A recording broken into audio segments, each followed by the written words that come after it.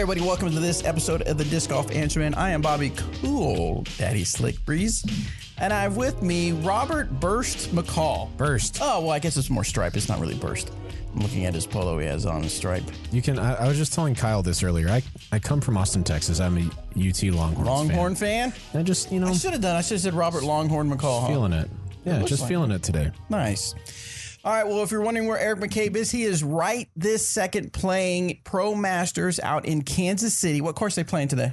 I think they're at Bad Rock. Bad Rock. Yeah. Today is the first day of the Pro Masters. If you're kind of new to disc golf, last year was the first year. So normally we have a Worlds where we have the juniors and AMs together, and then we had Pro or just Worlds, I guess, professional Worlds, and we had the MPO and FPO, and then we had what we often refer to as the age-protected divisions. Right. Well, starting last year, they separated that. So right now, Pro Masters is just the age-protected players, and that's happening in Kansas City right now. And, of course, Eric McCabe is of the age to play Pro Masters, and he was super excited about it being pretty much in his backyard in Kansas City. Mm-hmm. So we obviously wish him well. We've got quite a few other players out there. Jonathan Ray, Donald Ellsworth is out there. I know Patrick Brown, Johnny McRae, Bobby Music. No, Bobby. No. Not this time. Who else on DD is out there? Let me look through the list here. Give me just a second. McCabe, Giggler, yeah. Oh, Nate Martin is out there. Yeah, that's Nate one Martin, I was thinking of, yeah. Did A-Ray go out there for the MVP? I think he is out there. Okay. So I'm going to be, if you happen to be in the Kansas City area and you want to see some good golf, I'm telling you, these guys, age protected, but they still play. That sounded bad. Like they're good. Like it's ageism or something. I know they're old, but I bet they can play really good. No, there's lots of those guys there's going to be some good battles out there. Yeah, they can hang with the top dogs a lot I'm predicting for the MP50, it's going to be a Johnny McRae. No. Not MP50, MP40. Ron Converse, Patrick Brown. That's going to be that's going to be a hoedown throwdown. That's what I was thinking. They're both very good. Yeah. Then you got guys like, you got what's his name? I've just looked at his name. Oh, Eric Rainey. Eric's a Latitude sponsored guy. He can put a round together. But right now, Ron Converse first round is in. He shot a 1031 rated 54. Not bad. Pretty good. Not bad. You're gonna like it. So anyway. So he's two ahead of Roger Kanzler and Mark Wisby. So that's in the 50-plus division. It's 50-plus. So anyway, if you're in the Kansas City area and you have time this weekend, I would recommend going out there and taking in some disc golf for sure, because it's going to be good stuff. What else is going on? You just got back from Ledgestone, Robert McCall. Tell us a little about how that went. Yeah, so Ledgestone is in Eureka, Illinois, or on Lake Eureka. It's near Peoria, Illinois. 7.5 or so hours from here. A little bit more in the RV. That's what Taco and I took up there. And Brian Shintaku is our, he's the guy who helps me out with team stuff. He's our team manager. I'm the team director. And we drove up there together and spent a lot of time with our team players. He was just working. I was playing and working. And so it was a super fun event. Obviously, a lot of volunteers and a lot of time put into the event. A lot of extra cash added to the field. That was really, really cool. So if you've listened to the show before, you know that I am usually okay at throwing and pretty good at putting. I usually putt myself out of bad situations that I've gotten into while throwing. It was basically the exact opposite this week. Here are two statistics that kind of sum up the weekend for me. I was ninth. I was tied for ninth in OB rate this week. So I threw out of bounds. Plenty of times. I don't remember how many on the weekend, but that was still tied for the ninth best in the field. However, my circle one putting percentage put me at 151st in the field of 170 something people. So the fact that I finished 57th or tied for 57th is actually kind of okay. Really? I putted so poorly. It was as if someone else's arm was attached to my body, and I could not figure out what was going on. And it was mostly the first round. During the first round, I missed 8 putts inside the circle. Ouch. 8. Yeah. It was really, really, I couldn't figure out what was going on. I guess it was nerves or something, but I couldn't feel it. And then after that, I missed 2 putts inside the circle each round after that, which is like manageable. I'm not excited about it, but okay. But 8 during the first round, that one hurt pretty bad. So anyway, tied 57th, made some money. That was good. I had great cards all weekend. That was fantastic. Couldn't complain one little bit about the people that I played with. That was it awesome. hot out there? I remember. It was warm. Was it pretty warm? Okay. I got sunburned most of the days. Okay. But yeah, it was, and there's not a lot of shade out on the Lake Eureka course. Yeah. Mm-hmm. I watched some of the coverage. Obviously, I watched a little bit more than I typically watch of a 4-day tournament just because I was so excited for AJ. Mm-hmm. I mean, it looked like people were really working to navigate through that course. Some pretty interesting holes were throwing over the baseball field, throwing into that water tower. I know people have different opinions and stuff like that, but for the most part, I enjoyed watching some good disc golf. Got to play the course put in front of you. I mean, you saw people throw some really superb shots, and then you saw some people had some unlucky hits on trees. You had people throwing them too much hyzer, not enough. It felt like, from a viewing standpoint, my viewing standpoint, felt like just your typical watching some good disc golf. Right. So. For sure. I would say, and Benjamin Medlock on the board says 2 rounds above 1,000. Congrats. Thank you, Benjamin. The downside is that my other 2 rounds, I think the event is going to average for me like 999. Yeah, which does not help his goal. It helps because I'm replacing worse stuff from last year around the same time frame, but it's still not. I mean, I had every opportunity to score this weekend. Is it going to move the needle? A little bit. A little bit. Okay. Yeah, it's not. Yeah, no. I still need quite a bit. And this, rating wise, it was a missed opportunity. But so what do you have rating? What rated tournaments do you have from now until? Because I know you're going to. Can we tell people? I'm going to play Nantucket. Okay. And then I don't know if the ratings count for that yet. I don't know if they do. Okay. But I'm going to go play Nantucket. That's right before Worlds, and then we'll go to Worlds and hang out with people. And then, I guess we can talk about that. Well, the thing we were talking about earlier. Yeah, right. I just didn't know if you wanted people to know you were thinking about going out there. No, I'm going. Oh, okay, but I didn't know if you want people to know. Yeah, for sure. Okay. All right. So, I just didn't want to assume. Yeah, and then after this, we'll get into the disc golf questions. Is that what this podcast is about? No, I don't think so. It's Torchies in the office. And okay, so Doug Bjerkes was offered a spot to the USDGC this year because I think you'd have to tell your life story. Okay, because of his involvement with the Glassblown Open. Huge honor. USDGC is one of the most prestigious tournaments that our sport has. Doug has been having knee problems and had knee surgery. He thought he would be able to go, but he ended up not being able to. So while we were out at Ledgestone, he called me early in the morning and said, "Hey, I can't take this spot. Do you want to take this spot?" Yes, I definitely want to go to USDGC. So huge thing for me. I'm going to get to go to USDGC. It's probably a tournament I would have a difficult time qualifying for because of my current tournament schedule, just not getting out to enough national tours and qualifiers and things like that. So I'm excited. United States Disc Golf Championship, prestige event, been around for quite a bit. The top player is going to be there. Oh yeah, right, because it's an important 100%. event. I mean, yeah. It's going to be a really, really tough What field. is the risk there of you getting some bad rounds? I'm not saying you're not capable. You are capable of doing well. Sure. But that's added pressure that I'm not sure you've ever I have not had it. That's true. I'm really looking forward to it. Even if it means that going there means like I lose the rating bet, I would still go. It's like it's a bucket list tournament for me. Sure. Okay. That I probably won't get to play again. I'll remind you that when I'm eating whatever. Now I'm going to tell you right now. What did we end up? It was going to turn into a Torchy's Taco weekend, wasn't it? Yeah, going to Tulsa. Oh, that's and right. Playing disc golf. I'm going to tell you right now, if I threw like I did this weekend and just clean up a little bit of putting, that easily those rounds every round could have been 10-20, super fast. Right, but we're talking a different course and probably a little bit of different playing field. And some of those guys are going to play really well. Well, that's fine. A bunch of people played well out at Ledgestone this week, but I would say Ledgestone is probably the closest thing feel wise to like the OB throwing wise that the USDGC is, right? Because it's like pretty open and roped off. Yeah. So I'm excited though. I'm gonna go try my hand at it. I am not going in with any expectations. I don't know if I'm gonna get dead last. I don't know if I'm gonna get next to last. I don't know if I'm gonna cash. Who knows? I'm just gonna go enjoy myself. Nice.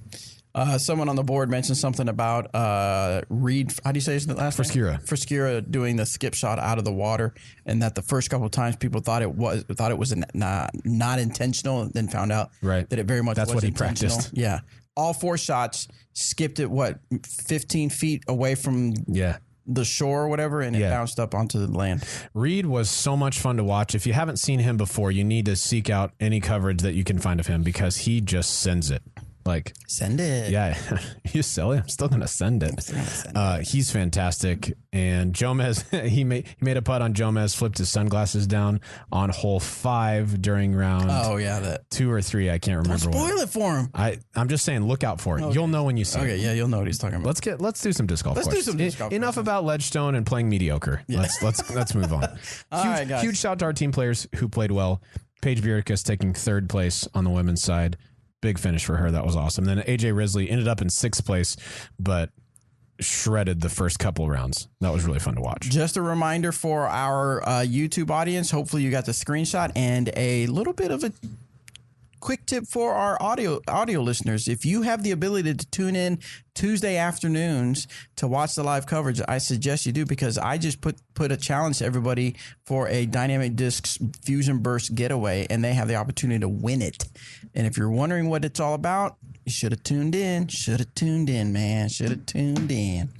All right, let's do a question. Oh, if you want to submit a disc golf question, make sure you go to discgolfanswerman.com, select that submit a question tab, send us a question. We will try to get it on the air. This first one is from Ryan Anderson. What's up, Disc Golf Answer Man crew? This is Ryan Anderson from the Salt Lake City, Utah area. Got a couple questions, so I'll probably send them in a few voice clips here. My first one is that I'm trying to get a disc golf course in my city, because where I currently am, the nearest course is maybe a 30 to 40 minute drive away. So I contacted my city's Parks and Rec department, and they want to put a course that's over and inside of an existing ball golf course. And they asked me how I felt about that, but I just started disc golf this year and not really experienced in that. So what is your guys' opinion on having a disc golf course be hand in hand with a ball golf course, if that works or if that doesn't work, and just kind of your experience in that? So that's my first question. Disc golf course hand in hand with the ball golf course, or just a golf course, whichever you'd like to call it. I think that can be done really well. They just need to be designed intelligently. The golf course is more than likely the one that's been in the ground for the longest amount of time. And so I think making sure that you have a course designer who is going to make the best flow is extremely important. And just to keep people out of one another's way, I think that's really important as well. So they can work really, really well. And in fact, that can bring some new life to a golf course that might be failing a little bit. So yeah, I think they're great. I just saw that headline. That's from 2 years ago. Oh, okay. I was like, what? Headline said USDGC will not affect your ratings, but yeah. They may this year, they may not. It doesn't change anything for me. I'm still well. No, I mean, you definitely. It's a, like you said, it's a bucket list. I'm not saying but if they don't count, I'm gonna super send it even more. Next question is from Ryan. Well, let's skip around so we don't turn this into the Ryan show. I'm not picking on you, Ryan. I love that you send in questions, but we're gonna go to Jezer. What's up, the GAM fam? This is Jezer. I'd like to do a shout out to Robert McCall. Finally decided to take your advice on a putting routine. Yeah. Which came in handy at the Sizzler in Junction, Texas last month. Nice. One thing I really focused on in my putting routine is just relaxing and taking my time in my putts after establishing my lie. Before, I felt that I was rushing my putts so many times and ended up missing or, getting scared and overthinking like, oh, I need this putt for a bird or for a par. It was great. Final round, I think was the highest rated round I've had. It was a 909. Nice. For a rec player. And it was great getting compliments from my card mates. You know, even one of them said that he was expecting me to make all my putts. And for a second there, I felt like Ricky Wysocki.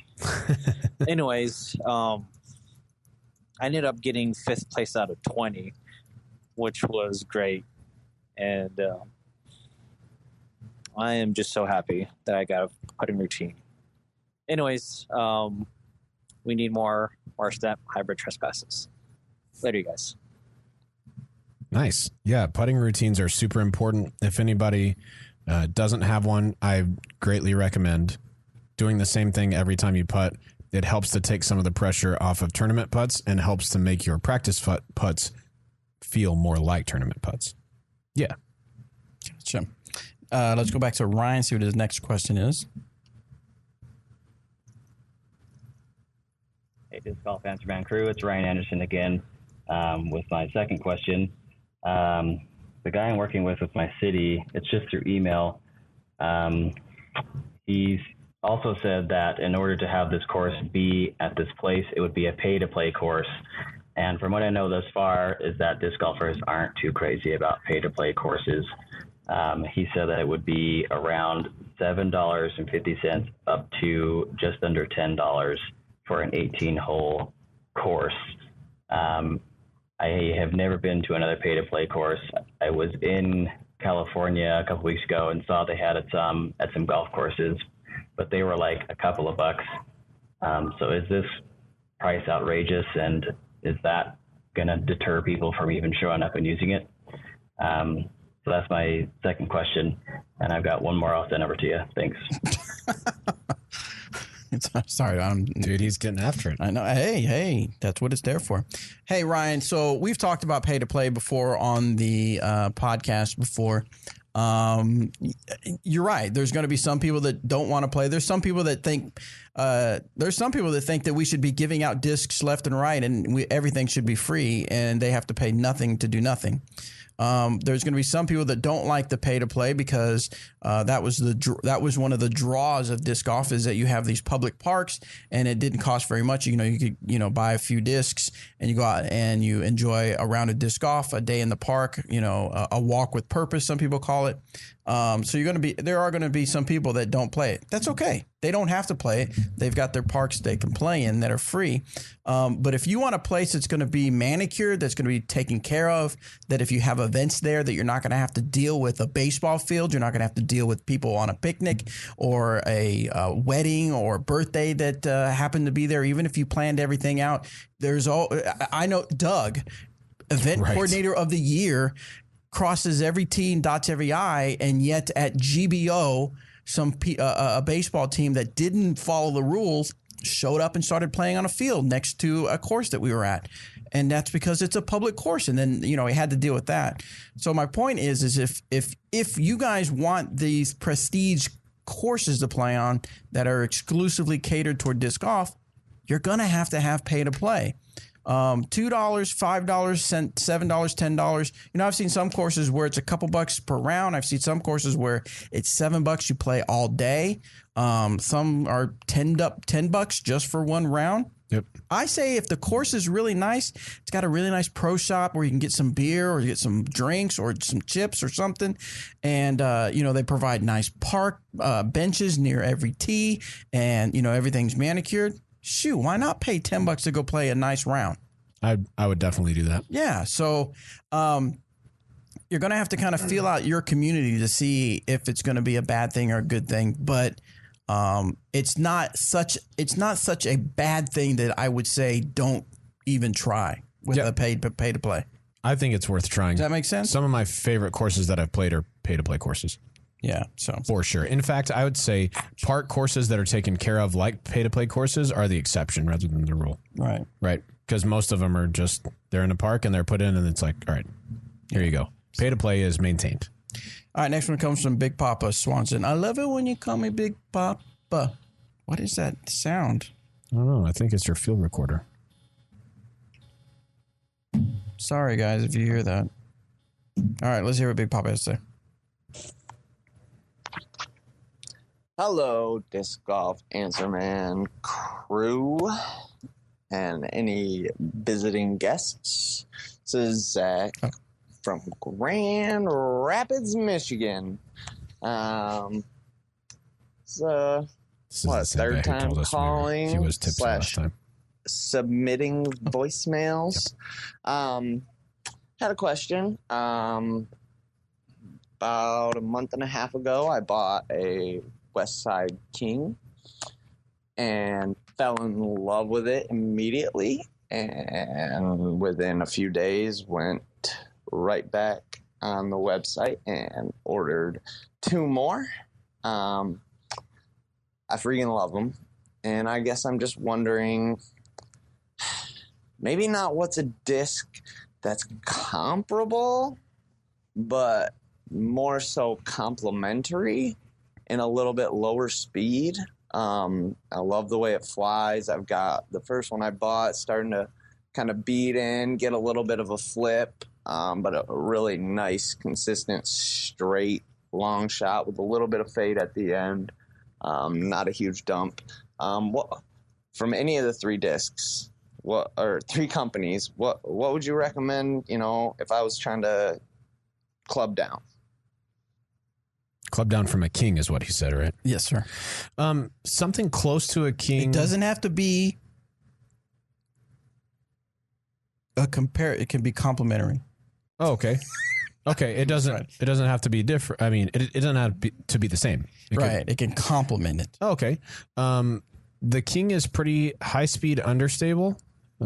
So if you're getting it to turn to the right for you, you might try something like a trespass. Trespass is going to have a little bit more stability and even left finish for you. If the king is pretty straight to overstable for you, then you're going to want to try something even more understable than that. Something like a Renegade comes to mind. That might be a good one to try out. Or honestly, even a Freedom, if you really like that wide rim, the Freedom is going to be more understable than a king. So yeah, I would check one of those out for sure. Like it. Yes. All right, so I'm checking my Instagram real quick. We have a few people that are following the rules for sure. We've got some new people that just tuned in to YouTube. So audio people, you're going to listen to this and you're going to wonder why you didn't tune in. And if you're thinking, well, Bobby, I can't. Well, I'm sorry, but this is what's going to happen. We're going to give away a Biofusion Burst Getaway. I'm going to hold up the Fusion Burst to the camera. We'll give about 20, 30 people that just tuned in that weren't here at the beginning, take a screenshot of you watching us on the show. Tell people they need to tune in so they can have a chance to win this. And then I'm going to pick randomly before I leave today, probably about 5 o'clock, pick a winner, and we'll send you this Fusion Girth Babajerger. Fusion Burst Getaway. Yes, you ready? 1, 2, 3. Take a screenshot. Shot. Go. Hurry. Take a screenshot. That's it. All right. So the screenshot has to have the disc in it. All right, now back to you audio guys. Guess what, audio guys? I didn't forget you. I want you to take a screenshot of you listening on your app, on your mobile device, or if you're listening on your computer, take a screenshot of you listening and say, I would like to have that Biofusion Fugitive that Bobby has. Dude, throwback though. Tag me. Tag Dynamic Discs, and I'm going to put this out. You'll hear this on Wednesday morning. Wednesday at 5. No, I'll give people a little bit more time. Thursday, I'll select a winner. Thursday about noonish. I'll be out at Pro Masters in Kansas City, and I'll select a winner. Got it? Spencer, yes. Post that on Instagram. Tag Dynamic Discs, Uncle Bobby Jr. You're welcome to tag me if you'd like, J. Robert McCall. Yes, for all of these, tag us on either Instagram, Twitter, or Facebook. Yep, get after it. I'll select a winner. To do the getaway, you have to have a picture of the getaway. To do the fugitive, you have to have a screenshot of you listening to the episode. Back to the questions, guys. This one is from Joel. Hey, guys. This is Joel Lynch from Utica, Pennsylvania. Love the show. Just have 2 quick questions, both pertaining to a disc golf course I'm currently installing on my private property. First off is about baskets. I'm looking at purchasing 9 portable baskets from Grow the Sport. I was just wondering if any of you had any thoughts on those baskets or had used them. And my second question is about Wait, the what was the legality of Yeah, sorry. Roll that back to like just right there. Right there? Yep, hit it. property. First off is about baskets. I'm looking at purchasing 9 portable baskets from Grow the Sport.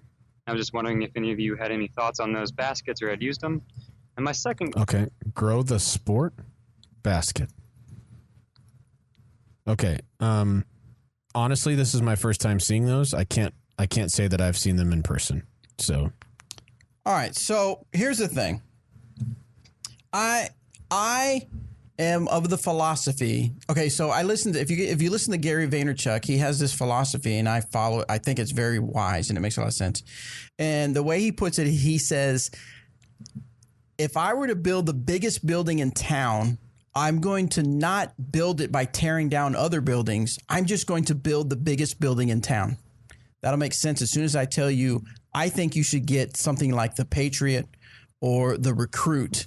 Those are excellent baskets to do with any purposes you would have as far as doing stuff with disc golf. Does that make sense? yeah, it does.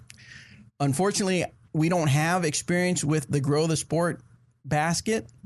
We do like the people over at Disc Store. We They're love great the people. disc store guys, but again, I'm not going to build the biggest building by tearing down other buildings. I'm going to do that just by simply building the biggest building. Next question comes from, I don't know, because I closed out the wrong tab. It'll take just a second to get back to it. Sorry about that, guys. All right, here we go. Let's hear from Ryan again. His last question. Hey, Instagram crew, it's Ryan Anderson again with my third question. The guy through my city I am working with to get this course installed is asking me what's the typical yardage of a 9-hole and an 18-hole disc golf course. And he also asks, what is the yardage for a typical par 3, par 4, and par 5 hole? Like I said, I'm new to the sport this year and have only played 3 or 4 courses, so I don't really know if there's a set number for sure or a range. I thought you guys have built courses, so I actually gave him the link to the Dynamic Disc website where you have the course building help page. I don't know if he's looked at it or not, but he had those questions. But my last question, I guess, is should I try to convince him to not put the golf course inside of a ball golf course and have it be pay to play, or should I just tell him nobody will show up, nobody's going to pay that much, try to do the fundraising and put it in a public park that's free to play? In my city, there's over 27 parks to choose from, so there's a lot to be had. Any of your suggestions would be great. Thanks. Go right ahead. Kyle, yes, we're going to get to the guy's second question. You don't have to yell with your exclamation mark. Just picking on you, Kyle. Just playing. Let's see. Should the guy have a pay-to-play course on a ball? You got to figure out that disc golf community. If that disc golf community, I mean, obviously, if you ask people, hey, would you rather pay to play or would you rather have free? You're probably going to get the majority of free, but you still want to get some of that feedback because you may get an overwhelming amount of people that say, sure, I'll pay to be able to play on a well-manicured course. Mm-hmm. And that's the thing is that, like I said before, you're going to get a better quality. It's not that you're going to get a terrible quality if it's free, but I just think there's just so much more opportunity for a better quality if you have a pay to play. As far as the yardage, I don't know yardage. We keep it by feet. We could convert them if you really want to, but I'd say average par 3s are around 300 feet, so that'd be like around 100 yards or something. Yeah. I mean, I know that's correct, but I just don't know what the actual average is. Par 4s usually go anything more than, if this is talking kind of open field or not a lot of trees. Par 4s go anything probably, 480 or so to anywhere in the 700 to 800s or around 800 feet. And then most things longer than that open field are going to be par 5s. If you're in the woods, things are entirely different. Yeah. So yeah. I would suggest, Ryan, if you're listening to this episode, if you're able to listen to it, send an email to coursesales@dynamicdiscs.com. I'm sure they would be whoever's on the other end. I know that a couple people answer those questions. They'll be able to kind of give you a little bit more direction and maybe something we can help out with. Let's go see if we can find Joel's second part of his question. Let's go here. Then I was just wondering if any of you had any thoughts on those baskets or had used them. There we go. And my second question is about the legality of perhaps opening up the course as a free play public course years down the road. And I was just wondering what legal steps I would need to take towards protecting myself from getting sued. Have a great day. Thank you. Bye. That's a pretty involved question. I would say that's part of putting it on a. Well, I don't know. Is there? That's a great question for probably Eric. No, not probably. I know for sure, Eric. Send an email, Joel, to courssales@dynamicdiscs.com because I'd hate to give any advice because I've got some things I can think of as far as, you know, maybe the town would have some liability. Right. Yeah, good things to think about, but by no means will they be a holistic answer of what you everything you need to think about. Exactly. All right, let's see. Next question comes from all right. Judging from an email address, we've already had this guy, but now he's Koopa Troopa. Let's see what Koopa Troopa has. Good luck. Hi, DGAM crew. Bobby Cool. Daddy Slick Breeze. Robert. What's the point of even trying to give you a nickname? McCall. It's a really good point. And Eric Emac Oakley. Not Oakley. McCabe. My bad, dog. Okay. So I was just watching some round one coverage of the Ledgestone tournament. And my God, is there anybody in the MPO field that's better at throwing the hyzer flip than MJ? I mean, dude's freaking butter. That man, I mean, I don't know. All right, sorry. All right, Koopa Troopa. You're going to have to come with questions in a different state of being because I can't deal with that. Moving on. Next one comes from Justin. What's up, disc golf answer man? I was warming up before a local mini, and a kid I used to coach in wrestling asked Coach Smith, have you ever thrown a Justice? I told him no, and he wanted me to throw his, and I ended up throwing it in the basket off the tee.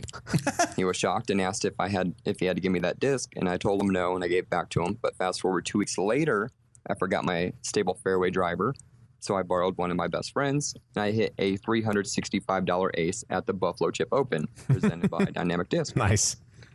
But since he was one of my good friends, I let everyone sign it and told them to use the biggest font possible, and the look on his face was priceless when I handed it back to him. My gosh. So, of course, I ended up keeping that disc, but I hooked him up after the tournament. Yes, good. Have you aced with another person's disc, or has someone hit an ace with one of yours? If so, how'd it go down? That's a fantastic question. Yeah. Also, I'm never giving you any of my discs. These are mine. I have not ever aced with somebody else's disc, at least while they were standing there. Now, maybe with one that somebody gave to me a while back, right? I don't know if Eric has. We certainly haven't talked about it if he has. But yeah, I haven't had that happen to me. Nobody's aced with mine either. So maybe my discs just don't like going in the basket. Maybe that's my problem. Since I don't have any aces, I keep throwing my own discs. I'll let you borrow some of mine. You can try it. Someone want to screenshot that? I was going to say... Screenshot that and meme that. Bobby has no aces because he throws his own discs. Do we have any of the... just saddest music you can imagine. Yeah. All right. Let's anything else on that? Nope. Okay. Next one comes from Mark. He asks about discs. What plastic is the most overstable for the EMAC Truth, and which plastic keeps it out of the box the longest? All right. The most overstable out of the box is usually the Moonshine. And that one, I think that keeps its form the longest. I throw Lucid ones, and they keep their form as well. But I think Moonshine, because they have just that little bit more dome, tend to be a little bit more overstable. Gotcha. Next one comes from Steve. I've been playing for roughly a year, and a few months ago, my 11-year-old daughter started coming with me. For Christmas, I got her a Latitude 64 Retro starter pack and her own bag. That's a nice Christmas present. Sweet. The driver that comes with the pack is a Retro Line Saint, and I have seen her throw it upwards of 150 multiple times. 150 feet. She has recently expressed interest in buying a new disc and specifically mentioned wanting a driver. Could you point me in the direction of a driver that is similar to the Saint? Okay. Driver that's similar to the Saint in the same kind of family, you might try. It's going to be more understable, but I like the Fury if you're talking about for your daughter. If you're talking about for yourself, something similar to the Saint would be like an Escape. I think those are pretty similar. I was thinking the Escape. For sure. All right, next one comes from, let's go back to Ryan, but this is a different Ryan based on the email address we shall see. What's up, Ryan? Hello, Disc Golf Answer Man crew. This is Ryan. I've got a rules question for you. Playing in a tournament the other day, my disc came to rest under a picnic table. For my upshot, must I kind of get on a knee and stick my foot under this picnic table and take an awkward lie, or am I allowed to move the picnic table since it is not attached to anything and not necessarily part of the course design itself? Love to hear from you. Thanks, and keep it real. Wait, I want to hear that again. Go ahead. Hello, Disc Golf Answer Man crew. This is Ryan. I've got a rules question for you. Playing in a tournament the other day, my disc came to rest under a picnic table. For my upshot. Am I thinking right that he can't move it? Correct. Because it's part not, of the course. Right, it's part of the course at the time. It reminds me of what was it called, Chairgate or something with Paul Macbeth. I can't remember what year or what event, but so he had thrown and it landed under the chair, the lawn chair, and they considered it part of the course because it was there at the time he threw it. Yeah, same as a trash can, same as whatever. Now, if somebody comes and picks up the chair without you saying anything to them, there's nothing you can really do about that. Well, yeah. You can't prompt them to do it. Right, it can't be, yeah. But yeah, it's part of the course. And so, unfortunately for you, you do need to take your lie underneath the picnic table. Stinks. Yep. Guess where that probably wouldn't happen? A pay-to-play course. Hey, because there wouldn't be picnic tables out there. Only baskets and tee pads. Yep. You're welcome. All right, next one comes from Scott. This is Scott from Illinois. I would like to thank Danny Lindahl for on Saturday at the Ledgestone Insurance Open. I got to meet him and shake his hand. He's really helped my form. I want to give a shout out to him. He was very professional, very kind. He represents Dynamic Disc very well. Now, my question is mental game. I was out one day with my girlfriend playing around with the Maverick, and I was throwing it about 150 to 175, and then all of a sudden I tried something different, and I threw it, and it went about 385 feet. And I would try to duplicate this throw, and I couldn't do it, and I kept getting in my head. My question is, have you ever got into your head and then couldn't pull off the shot, and how did you overcome it? And how'd you get through it? Thanks. Bye. That's a great question. It's difficult to, all right, so say you go out to a course for the first time and you're just throwing all the best shots that you can imagine, just piping every single shot. That's awesome, but it also stinks because the next time you go out, you're probably not going to do that, and it can mess with your head. And so, what I like to do when I've hit a shot and then I just all of a sudden just can't do it anymore, is I'll try to switch it up just a little bit. Pick a different disc, pick a different flight, pick a different approach to the tee box, pick a different shot. Maybe if I threw backhand before, maybe try a forehand, or maybe try like a forced flex instead of a hyzer flip, something like that. Changing it up a little bit, I think sometimes it does a couple of things for you. One, it keeps your shot selection fresh, but two, it kind of helps you go back to the basics, so you don't really have to think about like this perfect shot. You just think about executing what you're trying to do at the time. That's what I would do. Got it? Yeah. Next one comes from get a good one here. No.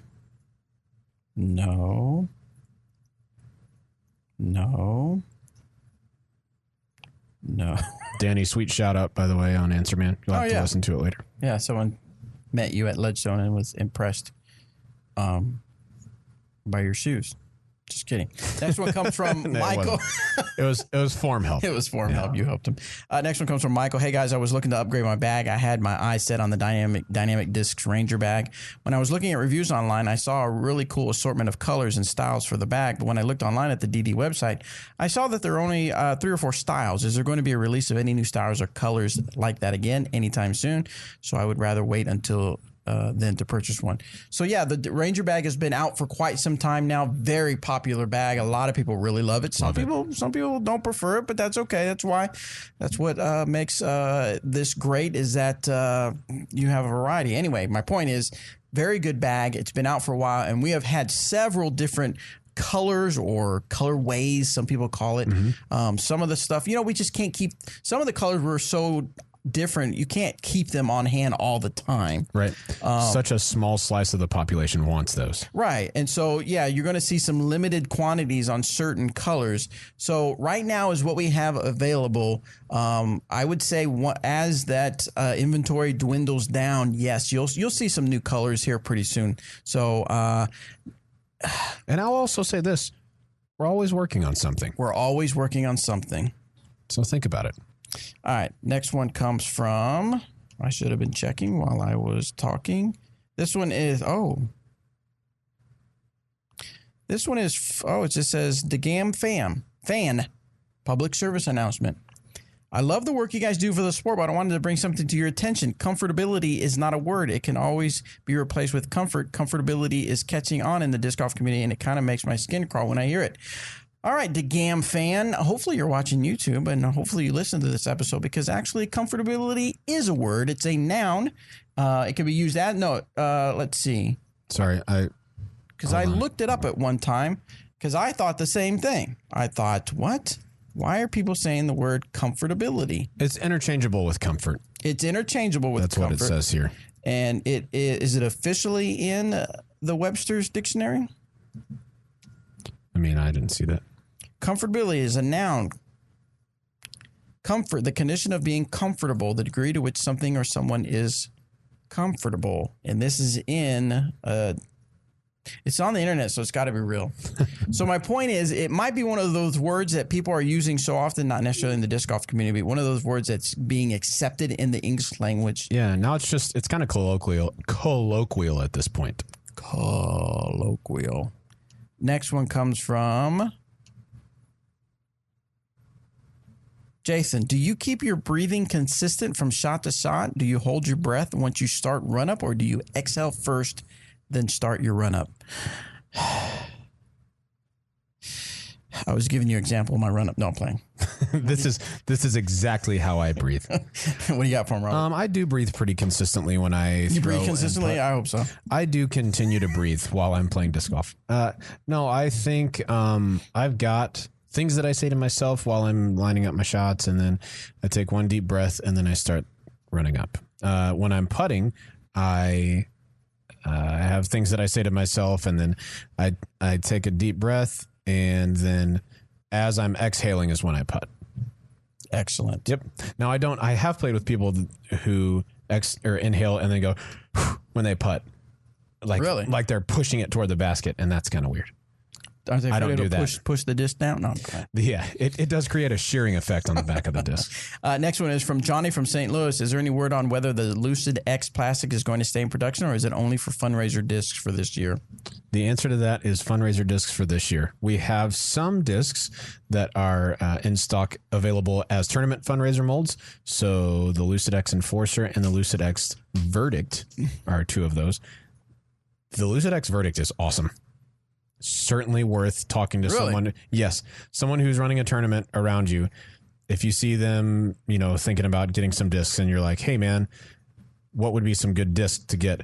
Lucid X Verdicts. Do it. They're fantastic. Sean says, for whatever reason, it's fantastic. It's fantastic. I grunt when I throw a drive. I know a few people that do that. Yeah, got to get after it. Sometimes I do when I'm like, really, and then I end up grip blocking. Sometimes I do, but only when someone says we can't go eat torchies. There you go. Sometimes I wear stretchy pants. Ease for fun. All right, next Sancho, I need to borrow some sweats. I love that movie. I love that. Just to listen to Jack Black do that talk is so awesome. All right, next one is from Anonymous. Hi, Bobby Cool never gets any other fun nicknames. Daddy Slick Breeze. In your face, dude. Eric, off somewhere designing a course. McCabe. And Robert, everyone should just pay attention to their own hair. McCall. Yeah, leave mine alone. I got to follow the script here, you know. Thanks. Oh, yes. This is Katie. I'm calling from Lexington, Kentucky. I've been playing a little bit over a year, and I have 2 questions. One of them is that we talk a lot on your show about shot shaping and stability, but not a lot about weight. What I throw off the tee, for example, is fairway drivers, like either a jade or a diamond, that are in the 150-ish range. I have some other fairway drivers that are like either 167 or 175-ish. Why would I want to throw a lighter or a heavier disc? My other question is a follow-up to a question you guys hold on. last week. Stop talking. Stop. Wait, Katie. Thank you. Okay. Weights have an interesting impact on discs. From 175 to 170, there's not a whole lot of difference in distance potential, but from 175 to somewhere in the 150s, there is a difference in distance potential.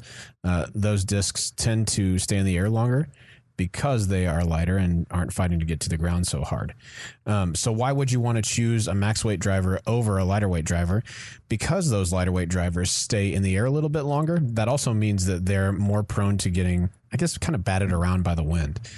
So heavier discs tend to act kind of more true to their numbers for most people, where lighter weight discs tend to air toward the understable side, or even more so the more affected by the wind side. That's probably a good way to put it. Cool. All right, let's see what the second part is here. Question is a follow-up to a question you guys took last week.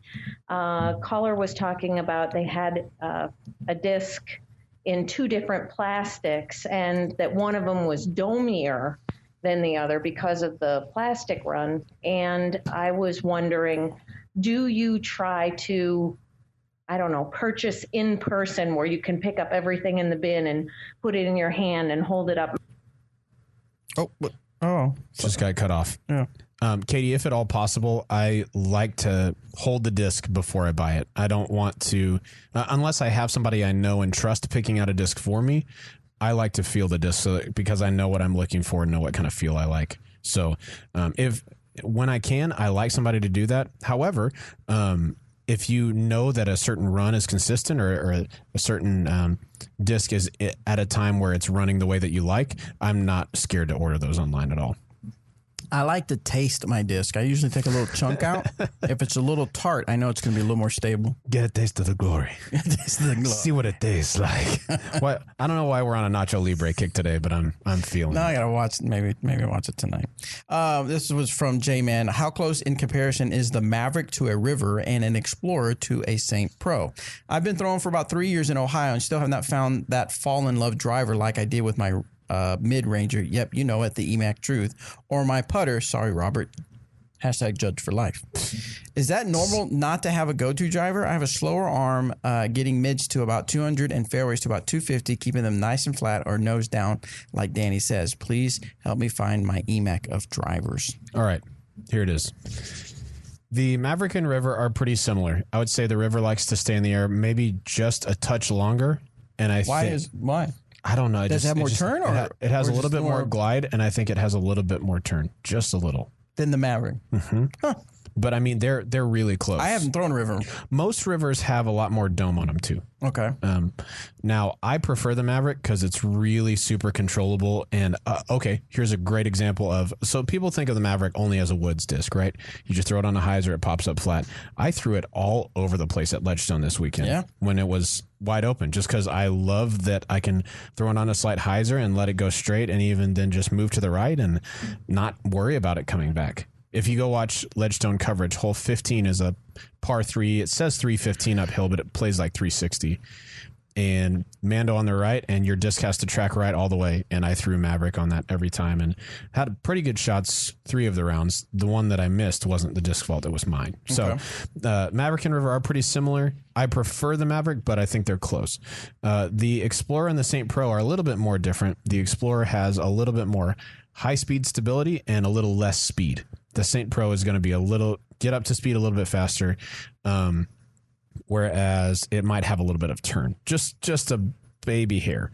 Now, the other part was, is it weird to not have a go-to driver? I don't think that's weird. I think it just takes testing a lot out until you find one that works for you. And I carry more driver molds than I carry anything else. I have, let me think, 3 different mid molds. I have 3 putter molds, throwers and putters, and I probably have like 6, 7 driver molds across all 3, or across fairway drivers and distance drivers. And those 3 mid molds are all different?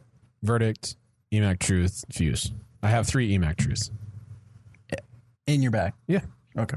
But as far as the mold, I'm saying like 3. The actual, yeah. I got you. Yeah. Next one is from Zach.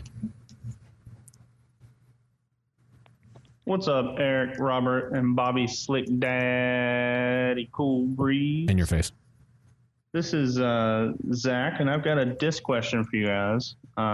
You've come to the right now place. I'm maxing out around 350 to 375, maybe up to about 425 on the internet. That's mostly going to be with my trespass. I can get my trespass to pop up just a little, but that's mostly with a flat release. It might tip over a little bit and just turn just a little for me, but it's pretty straight to fade at my arm speed and my spin and all that stuff. So I'm looking for something to complement that disc at a similar speed range, from the Trilogy family, of course. Right now I'm looking at probably the Captain and the Queen as 2 good, maybe understable counterparts to that trespass. I was wondering if you guys had thrown both and maybe might have an opinion on them or how they compare to one another. Bobby, I know you've thrown the Queen in the past. Just love to hear what you guys think. If I'm missing a disc somewhere in the Trilogy lineup, feel free to throw that in too. But hope y'all have a good day. Thanks for the help and keep it real. You threw the Queen quite a bit. I did for a while until I decided not to throw anything over the yeah, as far as like a go-to driver type situation. The Queen is definitely, if I remember right, is definitely more understable than the trespass. But I don't remember like consistently getting more distance with the Queen. Right. I mean, it would go a little farther, but not enough to not just have a couple of different trespasses. Because right now I have 2 trespasses. I have a bio and then like a hybrid one that I have. I think it's a hybrid fusion. Mm-hmm. What was the other? Oh, the Captain. The Captain was another one that I threw for a little bit. And I remember initially I liked it. And I was like, I like this. But then because I don't play so often, my form suffers. Yeah. And so I notice a lot of times it's been like 4 or 5 weeks when I go out and I throw like even my Maverick, I'll be like, good gosh, why is this going hyzering so much? Right. And it's not until like the 5th or 6th hole that I kind of get it back. And then the Maverick starts throwing like I want it to. The Renegade starts throwing through it. So what was my point? Oh, yeah. So the Captain, would get frustrated and say, why am I trying to force all this on a high-speed driver?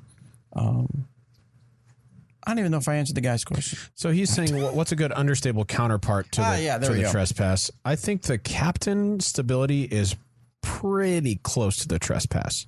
I think the Queen is more understable. So if I had to choose one to be more different from the trespass, I would choose the Queen. Cool. All right. Last question comes from Blake, and then we'll take some questions from our YouTube listeners, watchers. So get your questions in as we answer this one so we can answer a few of them. Yes.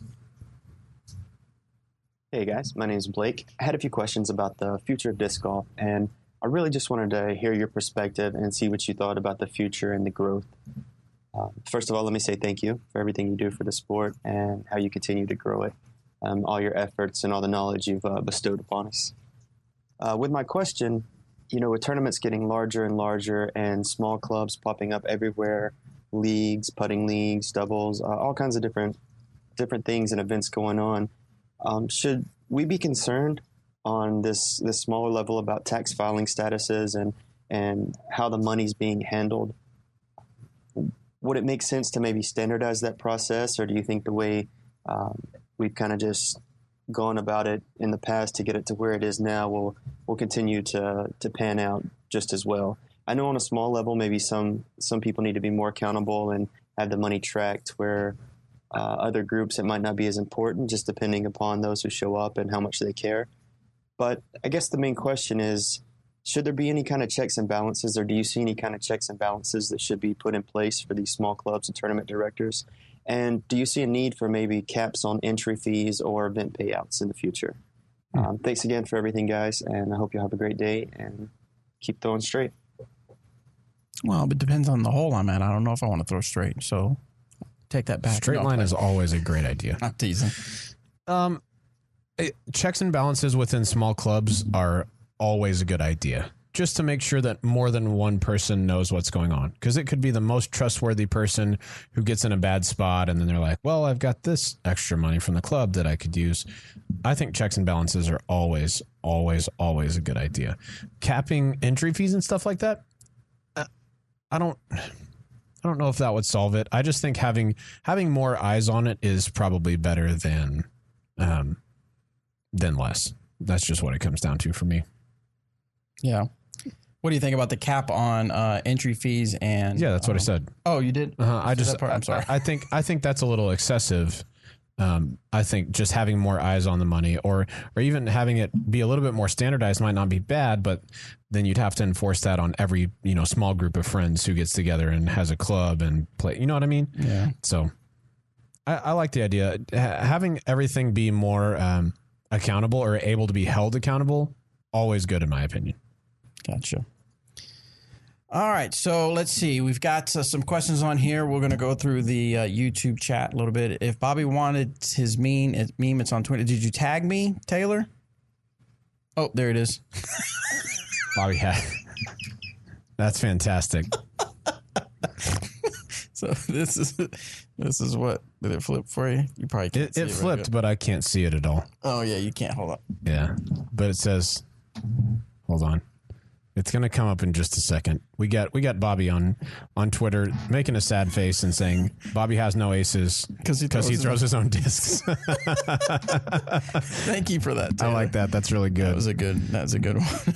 I'll back up a few questions on YouTube here.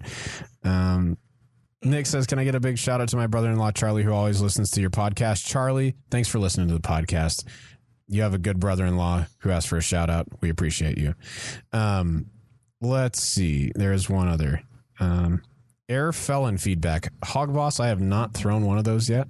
I intend to check them out. That's about all I have to say about it. Moonshine Captain someday? Possibly. It's hard to know for sure, but we're always working on something.